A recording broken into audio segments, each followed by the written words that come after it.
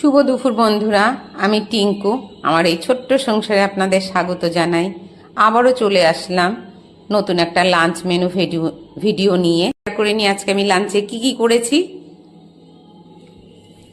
এই যে ভাত হয়েছে আজকে টুকটাক একটু কিছু, আর হয়েছে এই যে লাউ শাক বেগুন দিয়ে আলু দিয়ে পোস্ত সর্ষে বাটা দিয়ে লাউ শাক চচ্চড়ি করেছি। তার সাথে হয়েছে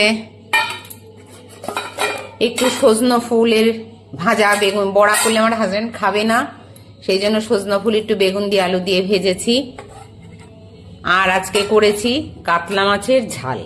প্রত্যেক দিনই তো কাতলা মাছের দই কাতলা, কাতলা কালিয়া এগুলো করেই থাকি। আজকে সর্ষে পোস্ত বেটে কাঁচা লঙ্কা বেটেছি, কাঁচা লঙ্কা চিড়ে দিয়েছি, টমেটো দিয়েছি, দিয়ে কাতলা মাছ দিয়ে সর্ষে পোস্ত দিয়ে ঝাল করেছি। বন্ধুরা, এই যে আমার থালি গোছানো হয়ে গেছে। এই যে আমি থালি গুছিয়েও দিয়েছি, আমার হাজবেন্ড খেতেও বসে গেছে। সজনে ফুল দিয়ে বেগুন দিয়ে আলু দিয়ে একটু করেছি।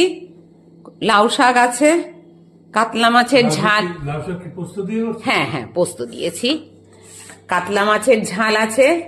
আর আমরা মহিলা মানুষ তো কিছুই ফেলতে চাই না, ওই আগের একটু মাছ আছে, তোমাকেও দেবো না, আমিই খাবো। এটাই আজকে আমার লাঞ্চ মেনু। এটা সজনে ফুল। তাহলে খেতে লাগো।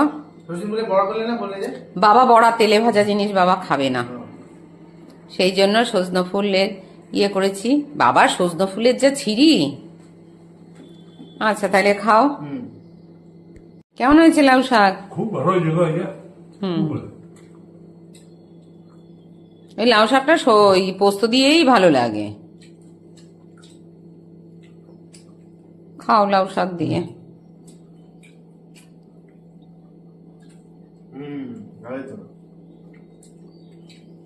খেতে লাগো তাহলে লাউ শাক দিয়ে। তোমাদের খাওয়া গেছে লাউ শাক দিয়ে? আচ্ছা, তাহলে কাতলা মাছ পোস্ত দিয়েছি।